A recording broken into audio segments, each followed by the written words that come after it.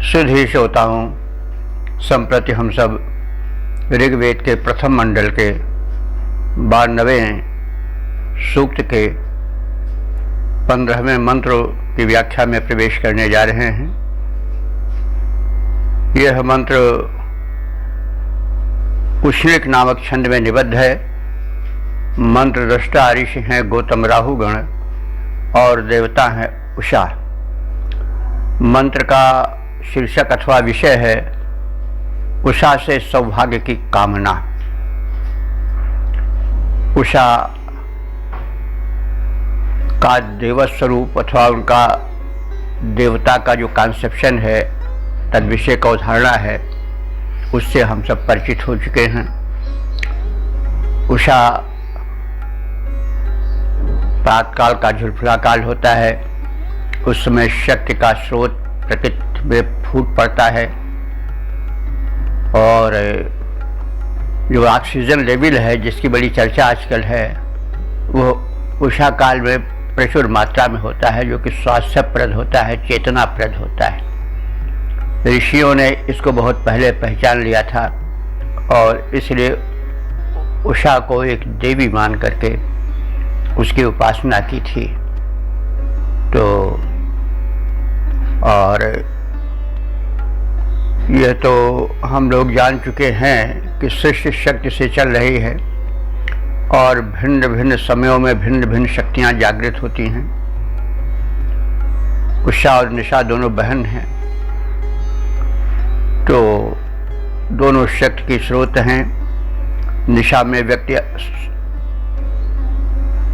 जो है वो विश्राम करता है और शक्ति का संचयन करता है,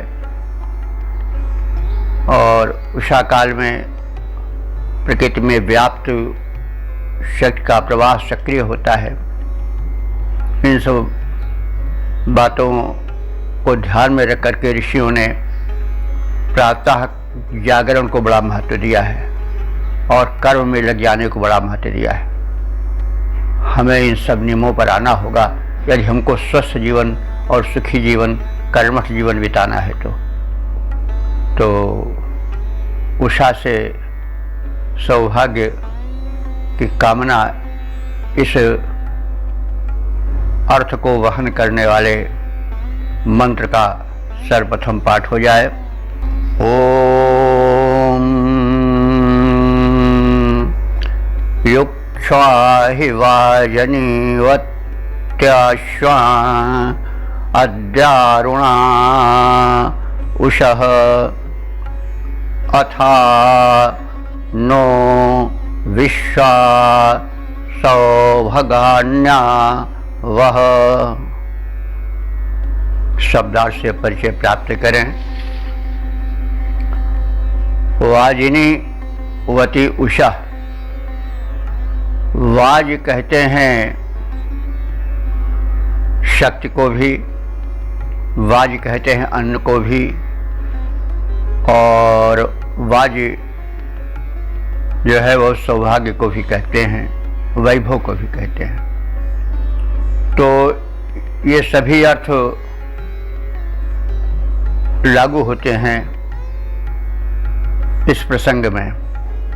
तो वाजिनीवती का अर्थ हुआ कि जो कि वाज से युक्त है, यानी जो कि शक्ति से युक्त है, जो कि अन्न से युक्त है, धन धान्य से युक्त है। तो ऐसी उषा हे वाजिनी वती उषा। वाजिनी वाज घोड़े को भी कहते हैं। तो यहाँ पर उषा को कर्मक क्षेत्र में बुलाया जा रहा है, यज्ञ में बुलाया जा रहा है, तो उसके लिए वाहन की आवश्यकता है। इसलिए यहाँ पर वाहन, अश्वों के वाहन वाली उषा का अर्थ भी सटीक होगा। और बुलाया जाता है तो जिसमें शक्ति होती है उसे बुलाया जाता है, कमज़ोर को कोई नहीं बुलाता है। और जिसमें समृद्धि होती है, संपत्ति होती है, अन्न धन धान्य प्रदान करने की शक्ति होती है, उससे कुछ हम पा सकते हैं, उसको आमंत्रित किया जाता है। तो ऋषि जो है ऐसी उषा को आमंत्रित कर रहा है, संबोधित कर रहा है कि हे वाजिनीवती उषा, हे अश्वों वाली, शक्तिशाली, वैभवशाली, अन्न धन प्रदायिका उषा। तो यहाँ पर वाजिनीवती कहा गया है, तो घोड़े के अर्थ में, अश्व के अर्थ में हम ले गए हैं। तो उषा वास्तव में कोई सही घोड़े पर चढ़कर दौड़ने वाला नहीं है, तो उसको एक अभिप्राय रूपक के रूप में, आलंकारिक रूप में वर्णन किया जाता है। तो उषा प्रभात काल का झुलफुला समय होता है। उस समय सूर्य का अरुण बिंब झांकता सा प्रतीत होता है, प्राची के वातायन से, झरोखे से किरणें छोटी छोटी लघु लघु फूटने लगती हैं, और उन्हीं को ऋषि ने वाजिनीवती धन धान्य समृद्ध शक्तिशाली उषा का अश्व बताया है। तो हे समृद्धि प्रदात्री, शक्ति प्रदात्री उषा देवी, तुम सूर्य के अरुण वर्ण किरण रूपी अश्वों पर आरूढ़ होकर के आओ। कहाँ आओ? हमारे यज्ञ स्थल पर, कर्म क्षेत्र में आओ, और वे किरण रूपी अश्व तुम्हें आवाह भली प्रकार से वहन करके हमारे इस कर्म क्षेत्र में यज्ञ भूमि पर ले आए। और उषा, हे उषा देवी, अद्य माने आज, यानी जब हम ऋषिगण तुमको बुला रहे हैं, तो अरुणान अश्वान युक्ष, अरुणान माने लाल लाल, अश्वान माने घोड़ों को, युक्ष माने रथ में जोड़ो, योजित करो। तो लाल लाल घोड़े क्या होंगे, जैसा अभी बताया गया है, जो प्रभात कालीन उदय के समय की रवि की अरुण वर्ण किरणें होती हैं, वही उषा के अश्व हैं। और उषा देवी उन्हीं पर आरूढ़ होकर के आए, उन्हीं को अपने रथ में जोते। अथ माने और, यह अव्यय है, और एक बात समाप्त हो जाने पर दूसरी बात को प्रारंभ करने के लिए प्रायः अथ शब्द का प्रयोग होता है। तो अनुरोध किया गया उषा से कि वह अरुण वर्ण के किरण रूपी अश्वों पर आरूढ़ होकर के आए। इस बात को कह देने के पश्चात अथ लगाया गया कि और आकर के वो क्या करे, नह माने हम सब उपासकों के हेतु, विश्वास सौभाग्यानि, विश्वा माने संपूर्ण सौभाग्यों को, जिससे कि व्यक्ति भाग्यशाली माना जाए, वो सब धन धान्य आदि हैं। तो उन समस्त सौभाग्यशाली वस्तुओं द्वारा हमको धन्य बनाओ, और आवह उनको अपने साथ वहन करके लाओ, यानी ढो करके लाओ। कहने का मतलब कि हे वैभवशाली, शालिनी, अश्वों वाली, शक्ति संपन्ना उषा देवी, तुम अरुणाभ अश्वों को अर्थात किरणों को अपने रथ में जोतो, हमें विश्व के समस्त सौभाग्य आकर के प्रदान करो, और हमारे जीवन को, हमारे कर्म क्षेत्र को, हमारे याज्ञिक महोत्सव को संपन्न करो, सफल बनाओ, ऐसी आपसे प्रार्थना है। अब इसका हम छंदोबद्ध प्रारूप देख लें। उषा देवी, अश्वों वाली, धन धान्यशाली तुम हो बड़े प्रभावशाली, शक्ति बड़ी भारी है, रथ है तुम्हारा दिव्य, लाल लाल किरणों के अश्वजाल जोड़ो, दिव्य महिमा तुम्हारी है। आवो यज्ञ मंडप में तुमको बुलाते हम, हमको तुम्हारी शक्ति सुविदित सारी है। विश्व के समस्त श्रेष्ठ सौभाग्य को साथ लावो, हमको प्रदान करो विनती हमारी है। ओम ओम। वेद प्रेमियों, सुधी श्रोताओं, संप्रति हम सब ऋग्वेद के प्रथम मंडल के 92वें सूक्त के 16वें मंत्र की व्याख्या में प्रवेश करने जा रहे हैं। यह मंत्र उष्णिक नामक छंद में निबद्ध है। मंत्र दृष्टा ऋषि हैं गौतम, राहुगण और देवता हैं अश्विनी कुमार। इस मंत्र में देवता बदल गए हैं। अश्विनी कुमार से हम यूँ तो पहले के सूक्तों में परिचित हो चुके हैं, फिर भी मंत्रार्थ को समझने के लिए देवता के स्वरूप की अवधारणा परमावश्यक होती है। तो अश्विनी कुमार इस प्रकार से प्रत्यक्ष देवता नहीं है जैसे अग्नि, सूर्य, पवन आदि। ये वे सूक्ष्म देवता हैं जो कि शक्ति के प्रवाह के रूप में है और जो स्वास्थ्य संबंधी सिद्धांतों और नियमों से परिचित कराते हैं। उनके द्वारा लोगों को स्वस्थ और सुखी बनाते हैं। अश्विनी कुमार दो भाई के रूप में कल्पित हैं। अश्विनी कुमार दो हैं और दोनों एक दूसरे से मिले जुले रहते हैं, कभी बिछुड़ते नहीं हैं और दोनों एक ही रथ पर चलते हैं। और एक को उषा का पुत्र कहा गया है और एक को निशा का पुत्र कहा गया है। तो कहने का मतलब कि उषा और निशा में आरोग्य विषयक जो सिद्धांत हैं उन सबको यह सृष्टि में लागू करते हैं। ये देव के भिषज हैं, यानी जो दिव्य कर्मों से जुड़े रहते हैं अपने आहार विहार द्वारा, उनके बड़े प्रिय होते हैं ये और सदैव उनकी सहायता करते रहते हैं। ये एक बात थोड़ा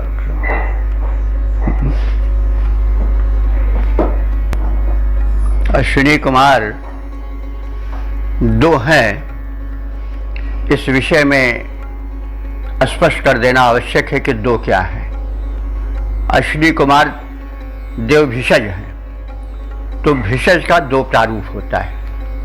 एक तो स्वास्थ्य के नियमों को बताता है और दूसरा यदि किन्हीं कारणों से शरीर रुग्ण हो गया तो उसको औषधि प्रदान द्वारा दूर करता है। तो यज्ञ का दो व्यक्तित्व होता है, वही दो व्यक्तित्व अश्विनी कुमार के दो रूप हैं। आजकल के भिषज कला में जो सांप्रतिक चिकित्सा पद्धति चल रही है उसमें डॉक्टर लोग एक रोग के लक्षण जान करके दवा तो दे देते हैं, लेकिन स्वास्थ्य के नियमों के पालन के विषय में सावधान नहीं करते हैं। इसलिए चिकित्सा पद्धति अधूरी रहती है। वैद्य को चाहिए कि उसका दोनों व्यक्तित्व सक्रिय रहे, साथ साथ चले, जैसे अश्विनी कुमार साथ साथ चलते हैं। वैद्य जो है वह उपचार तो दे ही, उसका एक रूप औषधीय हो और दूसरा रूप पथ्य से संबंधित हो, अर्थात वो जीवन शैली बतावे, क्या भोजन करना चाहिए क्या नहीं करना चाहिए यह बतावे। मात्र लक्षण शामक औषधि देकर ही संतुष्ट न रहे, यह बड़े बड़े अनर्थ का कारण बन जाता है। प्रायः लक्षण दब जाते हैं रोगी समझ लेता है कि हम स्वस्थ हो गए, जबकि यह बात नहीं है। वो रोग दब जाता है लेकिन शरीर से बिल्कुल नष्ट नहीं होता है और फिर अवसर पाकर के वह रोग उभर जाता है, कभी उसी रूप में, कभी दूसरे लक्षणों के साथ दूसरे रूप में। यह बात वैदिक ऋषियों ने बहुत पहले पहचाना था और इस बात को उन्होंने मंत्र के माध्यम से सांकेतिक रूप में व्यक्त किया है। अश्विनी कुमार के विषय में सायणाचार्य का कहना है कि ये दोनों जो हैं सूर्य और चंद्र के रूप में हैं, और सूर्य और चंद्र दोनों यानी ग्रह रूप में तो चंद्रमा पृथ्वी के सबसे निकट है, नक्षत्र रूप में सूर्य सबसे निकट है और धरती को जीवन देने वाला है। एक उष्ण है, एक शीत है। तो इस प्रकार से अश्विनी कुमारों को सूर्य और चंद्र इन रूपों में कल्पित किया है, माना है, मान्यता दी है। और हरिशरण सिद्धांतालंकार जी जो कि वेद के भाष्यकार हैं, उन्होंने इन्हें साथ साथ नासिका में प्रवाहित होने वाली, नासिका में 2 छिद्र होते हैं एक ही नाक में, एक चंद्रस्वर होता है, दूसरा सूर्यस्वर होता है। चंद्रस्वर बाईं नासिका में होता है और वो शीत प्रदान करता है शरीर को और उष्णता को समाप्त करता है, और दाईं नासिका वाला सूर्यस्वर है, वो शरीर में उष्णता जगाता है। इसलिए एक स्वर विज्ञान एक अलग विज्ञान है, उस विषय में अब यहाँ कहेंगे तो बड़ा विलंब लगेगा, कभी अवसर होगा तो हम उसे भी बता देंगे। इसीलिए भोजन के बाद किस करवट लेटा जाए, प्राय बायां करवट लेने से सूर्यस्वर चलता है और उस समय अग्नि तत्व की प्रधानता होनी चाहिए भोजन पचाने के लिए। तो ये सब बड़े सूक्ष्म सिद्धांत हैं। तो किस करवट कब लें, कोई युद्ध वाला प्रसंग हो तो सूर्यस्वर चले तो ज़्यादा सफलता मिलेगी, शांति प्रसंग हो, उपदेश आदि देना हो तो उस समय चंद्रस्वर अगर सक्रिय रहता है तो अधिक सफलता मिलती है। तो सूर्य मतलब 2 स्वर हैं जिसको चंद्र और सूर्य स्वर कहा जाता है, जो कि वाम नासिका और दक्षिण नासिका से चलता है। प्रायः एक ही स्वर संचरित होता है, वही सक्रिय होता है। दोनों स्वर कभी कभी चलते हैं और वह योग साधना में बड़ा महत्व रखता है। उसको सुषमना नाड़ी जब सक्रिय होती है तब दोनों स्वर चलते हैं। तो ये सब स्वर विज्ञान है, कभी अवसर होगा तो हम विस्तार से बताएंगे। अब हम आगे मंत्र की ओर अपनी गति बढ़ा रहे हैं। मंत्र में देवता का स्वरूप की अवधारणा की बड़ी आवश्यकता होती है, इसलिए थोड़ा रुक जाना पड़ता है। तो मेरे विचार से आप सब अश्विनी कुमार क्या है, तद विषयक ऋषि की अवधारणा क्या है, यह स्पष्ट हो गया होगा। और अब इसी की छाया में हम मंत्रार्थ का अवलोकन करें। ओम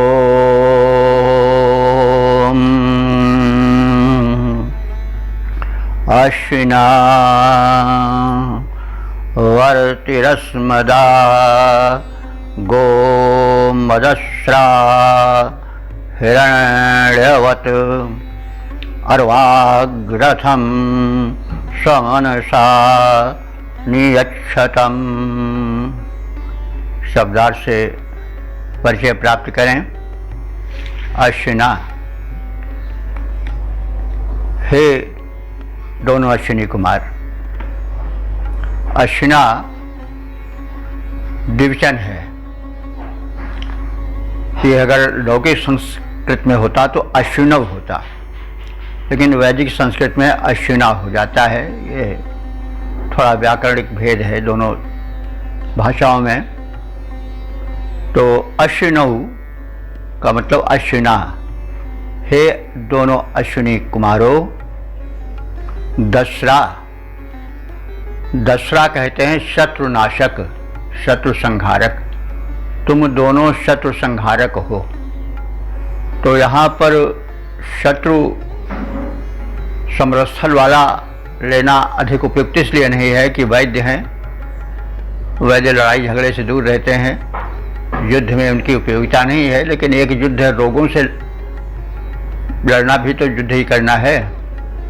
सबसे बड़ी लड़ाई है, देख रहे हैं कोरोना वाली, एटम बम वाले, हाइड्रोजन बम वाले, मिसाइल वाले सब फेल है।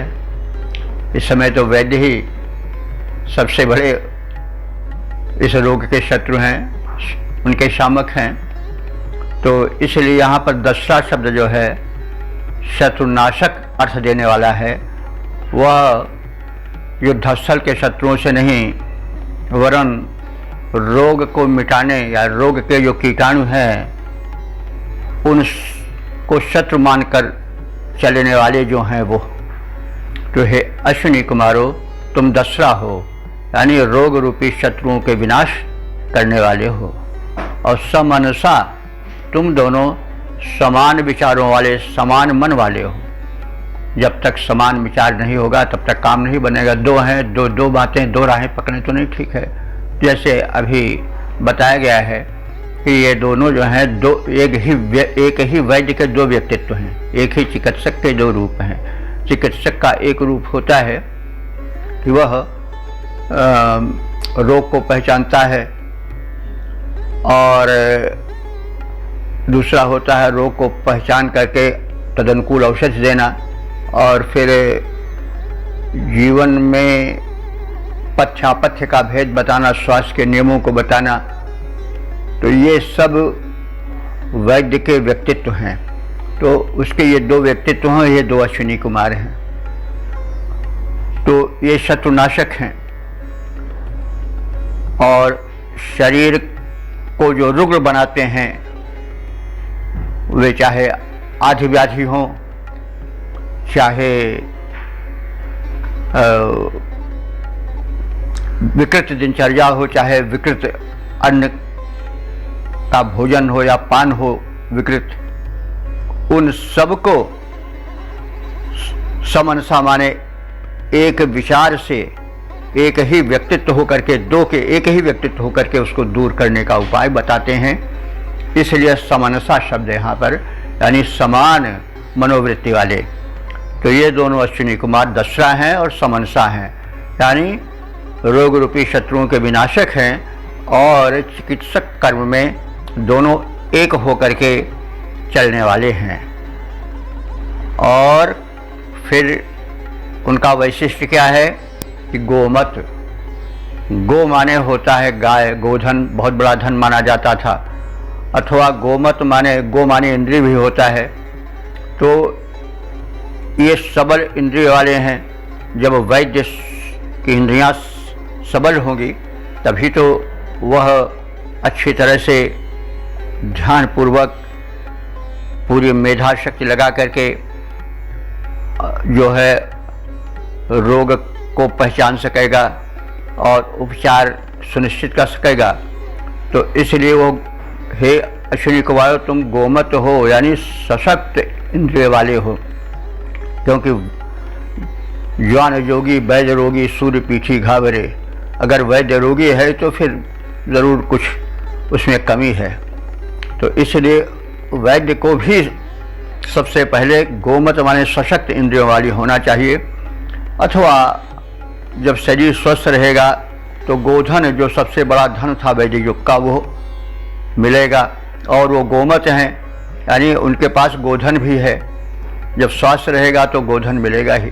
इस रूप में भी हम उसका आशय निकाल सकते हैं। और हिरण्यवत, हे अश्विनी कुमारो, तुम सुवर्ण से भी संपन्न हो, अथवा सुवर्ण के समान स्वास्थ्य के धन से संपन्न और उसको देने वाले हो। वत लगता है और वान जो लगता है वो अधिकारिक अर्थ में लगता है। जैसे भाग्यवान माने भाग्य वाला, धनवान धन वाला, उसी आधार पर वत होता है। तो हिरण्यवत माने सोने अर्थात संपत्ति समृद्धि वाले।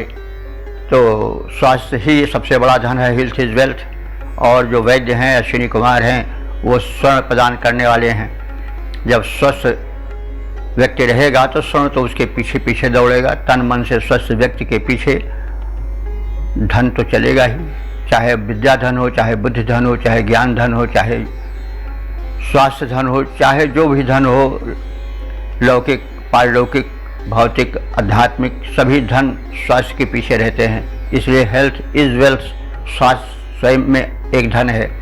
तो तुम जो हो वो गोमत हो, सबल इंद्रिय वाले हो या सबल इंद्रिय बनाने वाले हो, अथवा गोधन प्रदान करने वाले हो, हिरण्यवत स्वर्ण की तरह सुनहरे शरीर वाले हो, स्वस्थ शरीर वाले हो और स्वस्थ शरीर प्रदान करने वाले हो, अथवा स्वर्ण हिरण्य माने कंचन धन धान्य को भी देने वाले हो।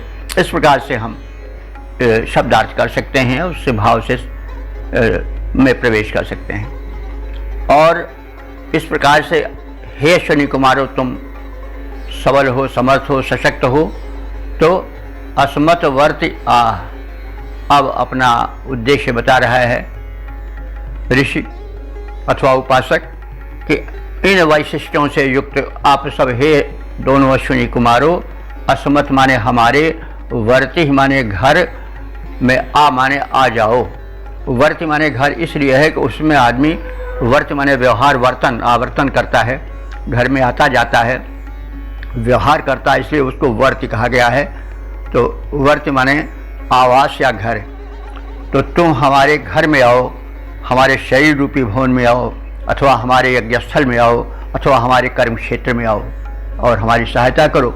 इस प्रकार से हम अर्थ की व्यापकता को ले सकते हैं। हे दोनों अश्विनी कुमारो, तुम अस्मत् माने हम सबके, वर्ति माने व्यवहार वर्तन के स्थल घर में अथवा कर्म क्षेत्र में हमारी सहायता के लिए, हमारे प्रसन्नता के लिए, हमारे सुख और स्वास्थ्य के लिए आप पधारो। हमारे कर्म क्षेत्र में, हमारे घर में, हमारे शरीर रूपी भवन में आपका आगमन हो। रथम अर्वाक, अर्वाक कहते हैं समक्ष। रथ को, अपने रथ को हमारे समक्ष प्रेरित करो, यानी हमारी ओर ले आओ, चलाओ, गतिशील करो। तो हमारे घर की ओर, हमारे शरीर की ओर, हमारी दिशा में आप आओ। कहने का मतलब आप हमसे प्रार्थित हो जाओ और हमारे हित के लिए हमारे कर्म क्षेत्र में अपने रथ को चलाओ, यानी उसमें शीघ्र आ जाओ और हमारे सहायक बन जाओ।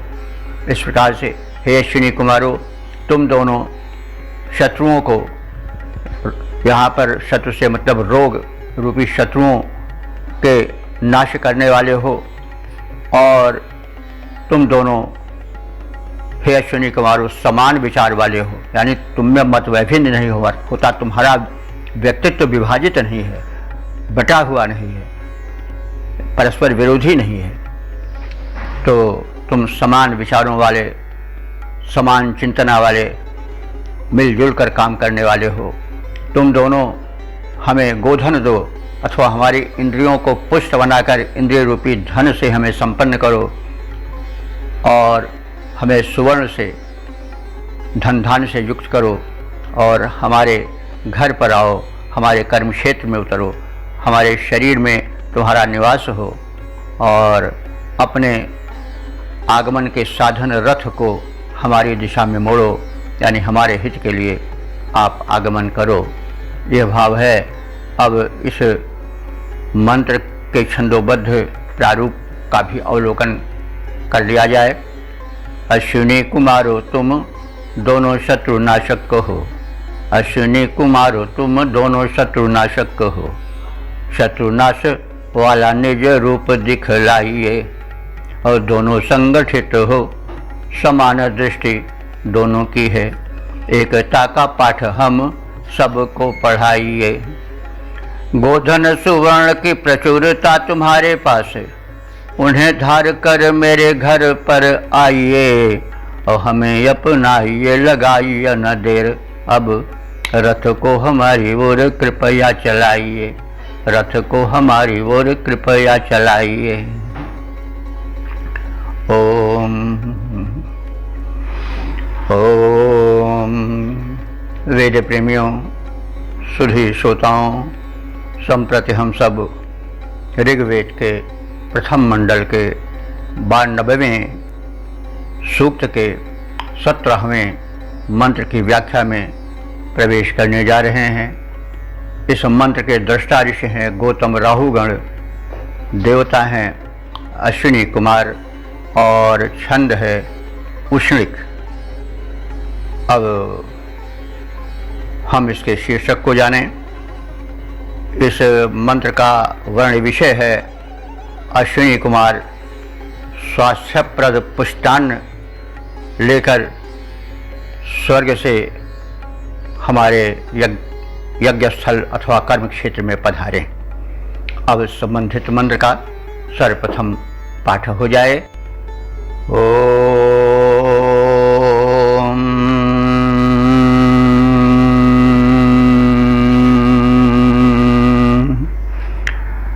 या वित्था श्लोकमा दिवो ज्योतिर्जनाय चक्रथुः आन ऊर्जं वहतमश्विना इवं। शब्दार्थ से परिचय प्राप्त करें। अश्विना, हे दोनों अश्विनी कुमारों।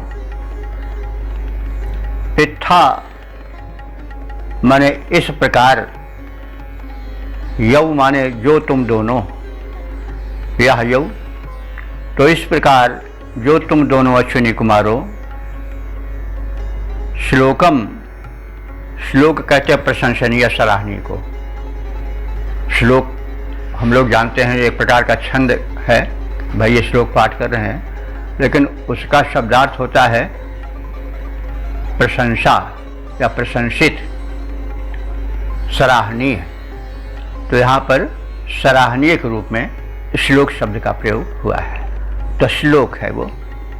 तो श्लोक, तो श्लोकम ज्योति, तुम्हारी जो ज्योति है, ज्योति माने प्रकाश, प्रकाश का ज्ञान का प्रकाश, औषधीय ज्ञान का प्रकाश जो है वह श्लोकम माने सराहनीय है, प्रशंसनीय है। और दिवह जनाय चक्रथु, उस अपने प्रशंसनीय ज्ञान को तुम दोनों ने दिवह माने स्वर्ग से आकर के, जनाय माने जनहित के लिए, चक्रथु माने प्रसारित कर दिया है, प्रकट कर दिया है। अर्थात तुमने स्वास्थ्य विषयक औषधीय ज्ञान को लोक को प्रदान किया है, लोग उससे परिचित हो चुके हैं। यह तुम्हारा विशिष्ट कार्य है और यह ज्ञान स्वर्गीय ज्ञान है। और अब तुम दोनों हमारे लिए क्या करो। युवम माने तुम दोनों, नह माने हम सब के लिए। तो अब तुम दोनों जनहित तो कर चुके हो, अब हम भक्तों उपासकों के लिए क्या करो। तो नह माने हम सब के लिए, युवम माने तुम दोनों। ऊर्जम आवाहतम, ऊर्जम कहते हैं ऊर्जा को, एनर्जी को, शक्ति को। तो शक्ति संपन्न अन्न, आवाहतम माने हमारे लिए लाओ, स्वर्ग से आकर हमारे लिए स्वास्थ्यप्रद अन्न लाओ। अन्न में स्वास्थ्यप्रद गुण होते हैं, वे तमाम विटामिन्स मिनरल्स आज होते हैं जो शरीर में जा कर के शरीर की क्षतिपूर्ति करते हैं और उनसे शरीर जो है वह चलता है। तो अन्न का व्यापक अर्थ लेना चाहिए। अद्यते इति अन्ना, अन्न का मतलब यही नहीं है कि ग्रेन्स जिसको हम कहते हैं, गेहूं चावल तक सीमित नहीं है। जो कुछ खाया पिया जाता है वो सब अन्न ही है। तो तुम हमारे अन्नों में, भक्षण किए जाने वाले पदार्थों में ऊर्जा भरो, क्योंकि ऊर्जा स्वर्ग से आती है। यानी स्वर्ग से मतलब हुआ आकाश से आती है। हम सब जानते हैं कि धरती पर जो ऊर्जा आती है वो सूर्य की देन है और विभिन्न नक्षत्रों की देन है, ब्रह्मांडीय देन है। और यथा पिंडे तथा ब्रह्मांडे, जैसे ब्रह्मांड में जो है वही पिंड में भी है। तो जब किसी तत्व की कमी हो जाती है शरीर में तो वह रोग बन करके आता है। एक पद्धति है औषधि की, बायोकेमिक, वो होम्योपैथी की एक शाखा है। उसमें 12 औषधियों में समग्र रोगों की दवा है। उस चिकित्सा पद्धति का सिद्धांत है कि शरीर में 12 प्रकार के लवण हैं और जिस लवण की खनिज की पूर्ति नहीं होती है, उसका अभाव हो जाता है तो एक लक्षण प्रकट करता है, वही लक्षण रोग है। तो उन्हीं 12 दवाओं पर पूरी चिकित्सा पद्धति आधारित है। तो वो जो शक्ति पदार्थ जिससे कि हमारा प्राणियों का शरीर बनता है, तो वे जब तक शक्तिप्रद पदार्थ जो कि आहार के द्वारा हमको प्राप्त होते हैं, शरीर उनको शोषित करके रक्त में मिलाता है, फिर धातुएं बनती हैं, तो वे सब जब पूर्ण रूप से अपने भीतर संचित पदार्थों को शरीर को देते रहते हैं तो शरीर स्वस्थ रहता है। जब उन तत्वों का अभाव हो जाता है तो एक लक्षण प्रकट होता है, उसी को रोग कहते हैं। तो यहाँ पर जो प्रसंग आया है वो ये आया है कि अश्विनी कुमार स्वर्ग से आए और अपने साथ पुष्ट ऊर्जाप्रद अन्न लाएं। तो जैसा हम अभी निवेदन कर रहे थे कि जो धरती में आता है खनिज, प्रोटीन, मिनरल्स आदि जो हैं वो सब ऊपर से ही आते हैं, ब्रह्मांड से ही आते हैं। और यथा पिंडे तथा ब्रह्मांडे, जो ब्रह्मांड में वही पिंड में है। तो उसी ब्रह्मांड की ऊर्जा भिन्न भिन्न रूपों में, पदार्थों में, मिनरल्स में, प्रोटीन में, विटामिन रूप में छिटकी रहती है और वो जब शरीर को आहार के माध्यम से प्राप्त होती रहती है तो शरीर पुष्ट और सशक्त रहता है। तो वही बात, वही विज्ञान इस मंत्र में समझाया जा रहा है कि हे अश्विनी कुमारों, तुम स्वर्ग से आते हो, स्वर्ग से ब्रह्मांडीय ऊर्जा लाते हो, उसको तुम हमारे अन्नों में प्रविष्ट कराओ और हमें जो ऊर्जस्वल अन्न मिले उससे तुम दोनों आवाहतम वहन करके, ढो करके, कृपा करके हमारे पास लाओ। तो इस प्रकार से हे अश्विनी कुमारों, तुम दोनों ने प्रशंसनीय प्रकाश यानी स्वास्थ्य विषय ज्ञान को द्विलोक से आकर के जनता के हित के लिए प्रसारित किया है। तो जनहित तो तुम कर चुके हो, अब मेरा हम उपासकों का व्यक्तिगत हित भी करो और तुम दोनों हमारे लिए ऊर्जोत्सल, ऊर्जोत्पादक पुष्ट अन्न लेकर आओ, हमारे जीवन को स्वच्छ और सुखी बनाओ। तो इसका हम छंदोबद्ध प्रारूप भी देख लें। अश्विनी कुमारो तुम ज्ञानी दानी धीर वीर, अश्विनी कुमारो तुम ज्ञानी दानी धीर वीर, पुष्ट अन्न मानवों के तन को बनाते हो, परिपुष्ट मानवों के तन को बनाते हो। जनहित है प्रधान, जनहित है प्रधान नेत्रों में तुम्हारे देव, लोक हेतु अंबर में तेज प्रकटाते हो। लाए हो प्रशंसनीय ज्योति स्वर्ग लोक से हो, अपना सराहनीय रूप दिखलाते हो।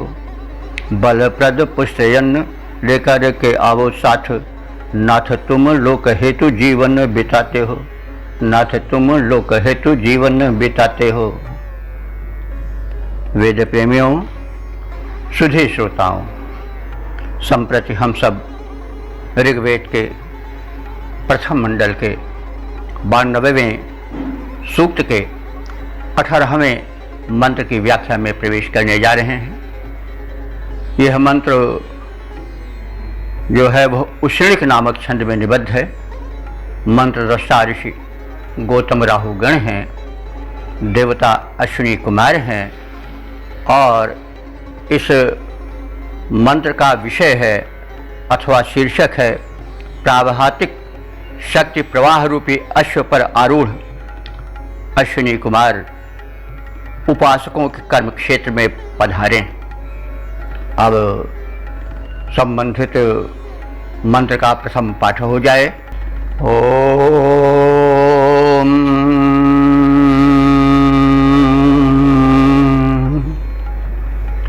एह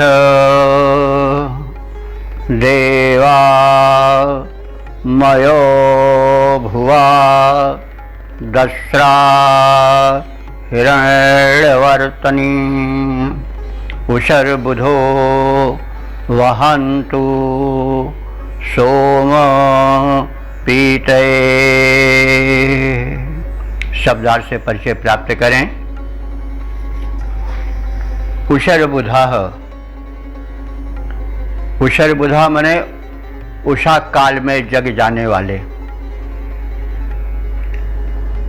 ये कौन है, किसका विशेषण है उषर्बुधा? यह देवरूप शक्ति के प्रवाहों से संबंधित है। अश्व शक्ति को भी कहते हैं, शक्ति की गणना अश्व से होती, हार्स पावर आज भी कहा जाता है। तो उषर्बुधा जो स्वास्थ्य प्रद शक्ति का प्रवाह है, वो उषर्बुधा माने प्राभातिक बेला में, उषा काल में जागृत हो जाता है।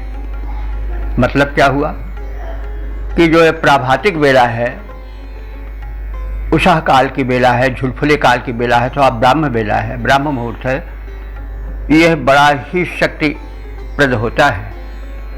क्योंकि इस समय अगर आज की भाषा में हम कहें समझें तो ऑक्सीजन लेवल बहुत अधिक होता है। वनस्पतियां जो दिन का कूड़ा कचरा होता है, जो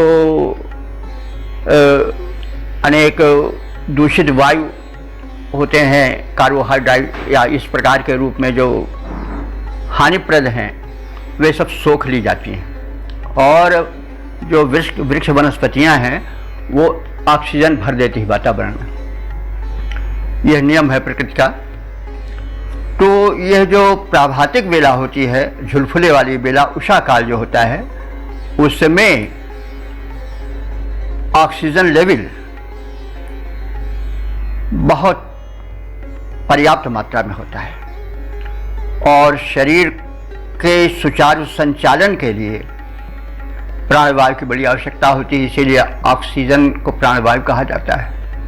आप सब जान रहे हैं कि प्राणवायु अगर 2 मिनट न मिले तो शरीर में प्राण नहीं रहेंगे।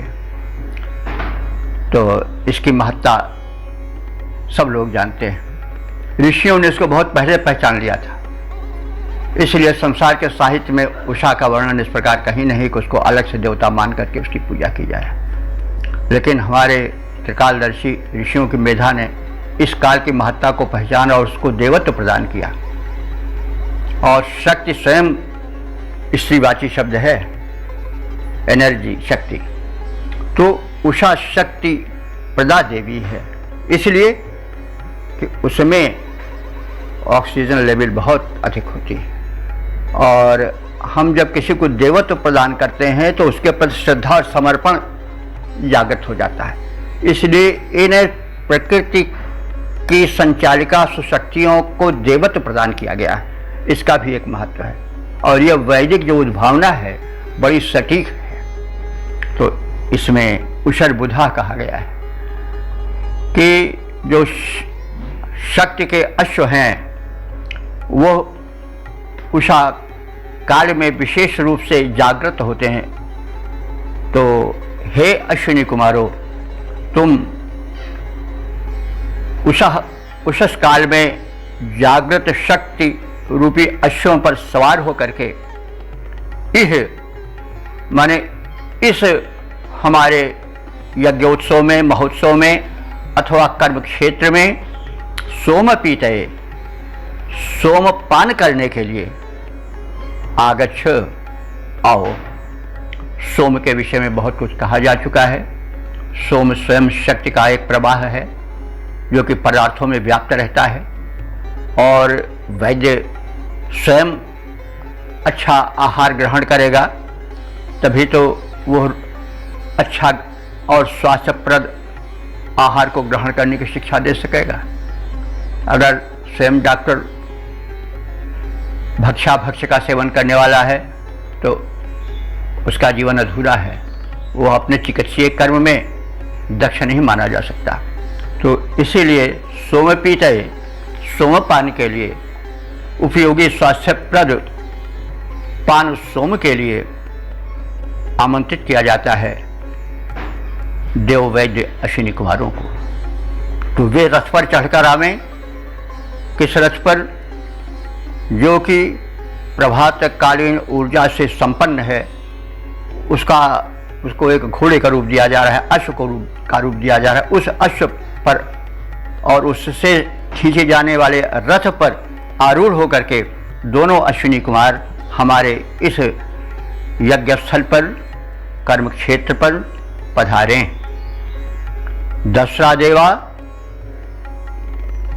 इन दसरा देवा, दसरा कहते हैं शत्रु शामक, शत्रु के दमन करने वाले। देवा माने देव, ये दोनों देव यानी अश्विनी कुमार दसरा हैं, दुष्ट शक्तियों को, रोगों को दमन करने वाले हैं, उनका संहार करने वाले हैं।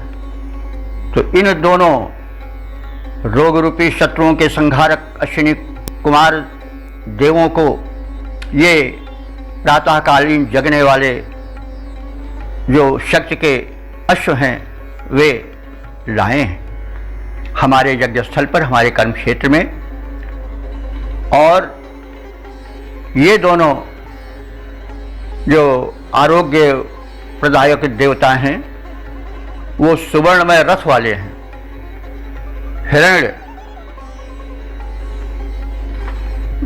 हिरण्य कहते हैं सोने को, तो सोने का मतलब हुआ चमक दमक, बहुमूल्य प्रारूप। तो ये देव जो हैं वो स्वास्थ्यप्रद हैं, स्वास्थ्य रूपी स्वर्ण के प्रदाता हैं, संपत्ति के प्रदाता हैं और स्वयं स्वास्थ्य की चमक दमक से परिपूर्ण हैं। और इनकी विशेषता क्या है देवों की? ये मयो भुआ है। मय कहते हैं सुख को, तो स्वास्थ्य सुख को भुआ माने देने वाले हैं, प्रदान करने वाले हैं। तो ये दोनों अश्विनी कुमार जो कि स्वास्थ्य सुख को प्रदान करने वाले हैं, अपने स्वस्थ शरीर के कारण हिरण्यद्युति स्वर्णिम कांति को धारण करने वाले हैं और अपने उपचार सेवकों को, रोगियों को सुवर्ण कांति प्रदान करने वाले हैं।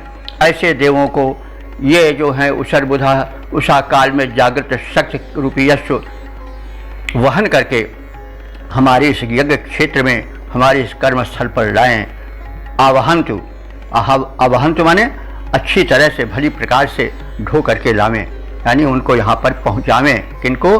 अश्विनी कुमारों को, जिनके के गुण ऊपर कहे गए हैं वो मयाभू हैं, स्वास्थ्य का आनंद प्रदान करने वाले हैं, स्वर्णिम कांति वाले हैं और स्वर्णिम कांति को स्वास्थ्य के माध्यम से रोगियों को प्रदान करने वाले हैं, उन्हें स्वास्थ्य का दान दे करके। और दसरा हैं यानी शत्रु, जो रोग हैं, जो शत्रु हैं मानव के, उनको दमन करने वाले हैं। तो इस प्रकार के देव हमारे यज्ञ स्थल पर आवें, यानी प्रातःकाल जागरणशील शक्ति के प्रवाह जो कि अश्व के रूप में यहाँ पर कल्पित किए गए हैं, कहे जा रहे हैं, उन पर आरूढ़ होकर के उनके साथ साथ अश्विनी कुमार को ये शक्ति संवाहक अश्व हमारे यज्ञ स्थल पर लाएं और ये शत्रु विनाशक स्वास्थ्य के सौंदर्य को प्रदान करने वाले अश्विनी कुमार अपने सुनहरे चमकीले स्वस्थ शरीर से हमारे इस कर्मभूमि पर, यज्ञ स्थल पर पधारें और हमें अपने सुखमय अनुदान स्वास्थ्य को प्रदान करके हमारे शरीर को स्वर्ण की तरह चमकीला बना दें, स्वस्थ बना दें, सुखी बना दें, क्योंकि ये मयोभू हैं, आनंद प्रदान करने वाले हैं, स्वास्थ्य प्रदायक हैं। तो इस प्रकार से हमने इस मंत्र के संक्षिप्त आशय और शब्दार्थ को जाना। अब इसके छंदोबद्ध प्रारूप पर भी विचार कर लें। प्रातः काल जागृत जो होते शक्ति के प्रवाह, प्रातः काल जागृत होते जो शक्ति के प्रवाह, लाएं अश्विनी कुमारों को जो उपकारी हैं, सोमपान अश्विनी कुमारों को कराने आए, जो कि शत्रु नाशक हैं, रोग शोक हारी हैं। आरोग्य प्रदाता अश्विनी कुमार दाता दिव्य, स्वर्ण रथ पर नित्य करते सवारी हैं। आए यज्ञ भूमि पर शोभा को बढ़ाएं भूरी, आए यज्ञ भूमि पर शोभा को बढ़ाएं भूरी। संकट मिटाएं यह विनती हमारी है, संकट मिटाएं यह विनती हमारी है। वेद प्रेमियों, सुधी श्रोताओं, यह इस ऋग्वेद के प्रथम मंडल का 92वां सूक्त था, जिसमें कि कुल 18 मंत्र सम्मिलित हैं, जिनकी व्याख्या हम लोग सुन चुके हैं। और सौभाग्य का विषय है, वेद भगवान की कृपा है कि अब तक हम लोग संख्या में 1028 सूक्त की व्याख्या सुन चुके हैं। और इस प्रथम मंडल के 92वें सूक्त के 18 जो मंत्र हैं, उनके दृष्टा ऋषि तो गौतम राहुगण हैं, लेकिन छंद इसमें 3 प्रकार के प्रयुक्त हुए हैं। मंत्र संख्या 1 से 4 तक जगती छंद का प्रयोग है, 5 से 12 तक त्रिष्टुप छंद का प्रयोग है, और 13 से 18 मंत्रों तक में उष्णिक छंद का प्रयोग है। देवता मंत्र संख्या 1 से 15 तक उषा देवी हैं, 16 से 18 तक अश्विनी कुमार हैं। तो देवता उषा के विषय में हम बहुत कुछ जान चुके हैं। उषा का हमने प्रारंभ में काव्यमय प्रारूप से मंडित देखा। वैश्य साहित्य में उषा का मानवीकरण और उसका इतना प्रशस्त और कमनीय चित्रण ऋग्वेद में ही उपलब्ध है, ऐसा हम विश्वास के साथ कह सकते हैं। उषा अपने साथ प्रकाश लाती हैं, चेतना लाती हैं, जागरण लाती हैं। उषा काल में ऑक्सीजन लेवल बहुत अधिक सघन होता है, और ऑक्सीजन प्राणवायु ही जीवन चलाती है। इसलिए हमें उषा काल के महत्व को समझना चाहिए और वेद के इस संदेश पर ध्यान देना चाहिए, और उन ऋषियों के प्रति कृतज्ञ होना चाहिए जिन्होंने कि इसके महत्व को समझा और उषा को एक देवी के रूप में चित्रित करके उसकी उपासना के लिए पथ निर्दिष्ट किया। तो उषा जो हैं वो निशा की बहन मानी गई हैं। आज बातें बताई गई हैं। सूर्य से इनका बड़ा संबंध है, बड़ा प्रेम है, ये सब भी बात कही गई है, आप सब जान चुके हैं। और 16 से 18 इन 3 मंत्रों में अश्विनी कुमारों की प्रार्थना है। अश्विनी कुमार ऋग्वेद के एक मान्य देवता हैं। लगभग 50 सूक्तों से अधिक में इनकी स्तुतियाँ हुई हैं। ये देव वैद्य हैं, ये दोनों साथ साथ रहते हैं। ये जो हैं वो वैद्य के दोहरे व्यक्तित्व, यानी एक रोग को पहचाने, अच्छी तरह से जाने, निदान करे, और दूसरा उसका जो व्यक्तित्व है वो तदनुकूल सुंदर औषधि प्रदान करे। तो यह 2 हैं। और कुछ विद्वानों के अनुसार जो सूर्य और चंद्र हैं, यही 2 अश्विनी कुमार हैं। कुछ व्याख्याकारों के, भाष्यकारों के हिसाब से जो चंद्र और सूर्य स्वर हैं नासिका के, वो ही जो हैं वो 2 अश्विनी कुमार हैं, और एक ही नाक में 2 छिद्र रहते हैं, और दोनों से एक साथ हवा बहुत कम निकलती है। कभी चंद्र स्वर सक्रिय होता है तो कभी सूर्य स्वर सक्रिय होता है। शरीर में अग्नि का प्रज्वलन तो रहता ही है, तभी शरीर ऊर्जावान रहता है। तो कभी अग्नि तत्व चलता है और कभी चंद्र तत्व, यानी शीतलता वाहक तत्व चलता है, क्योंकि अग्नि तत्व जब ज़्यादा हो जाता है तो उसको शमन करने के लिए, यानी सूर्य तत्व जो उष्णता का प्रतीक है उसको शमन करने के लिए चंद्र तत्व जो शीतलता का प्रतीक है वो सक्रिय होता है। और इस प्रकार से शरीर में प्रकृति द्वारा जो व्यवस्था हुई है दोनों नासिका में सूर्य और चंद्र के रूप में, उसको भी अश्विनी कुमार कहा गया है। ये स्वर जब ठीक ठीक चलते हैं तो शरीर स्वस्थ रहता है, ऐसी मान्यता है। ये मतलब वैज्ञानिक मानता है। और संस्कृत में स्वर विज्ञान पर एक बहुत साहित्य भी लिखा गया है, और ये हम इसको प्रारंभ में बता भी चुके हैं कि क्या महत्व है स्वर विज्ञान का। जो लोग पूरा न सुने हैं वो देख लें, अश्विनी कुमार जो हैं उनकी क्या महत्ता है और उषा का क्या महत्व है, उसको ध्यान में रखें हम और तदनुकूल आचरण करें। अश्विनी कुमार जो भिषज हैं और उनके विषय में हम बहुत कुछ जान चुके हैं और आगे भी जानेंगे। और इस प्रकार से हम इस सूक्त के समापन को कर चुके हैं। अब अगले व्याख्याक्रम में हम ऋग्वेद के प्रथम मंडल के 93वें सूक्त में प्रवेश करेंगे। उस समय देवता दूसरे होंगे और उनकी महत्ता को हम जानेंगे और उनसे परिचय प्राप्त करेंगे। तब तक के लिए जय वेद भगवान। हम सब विराम लें।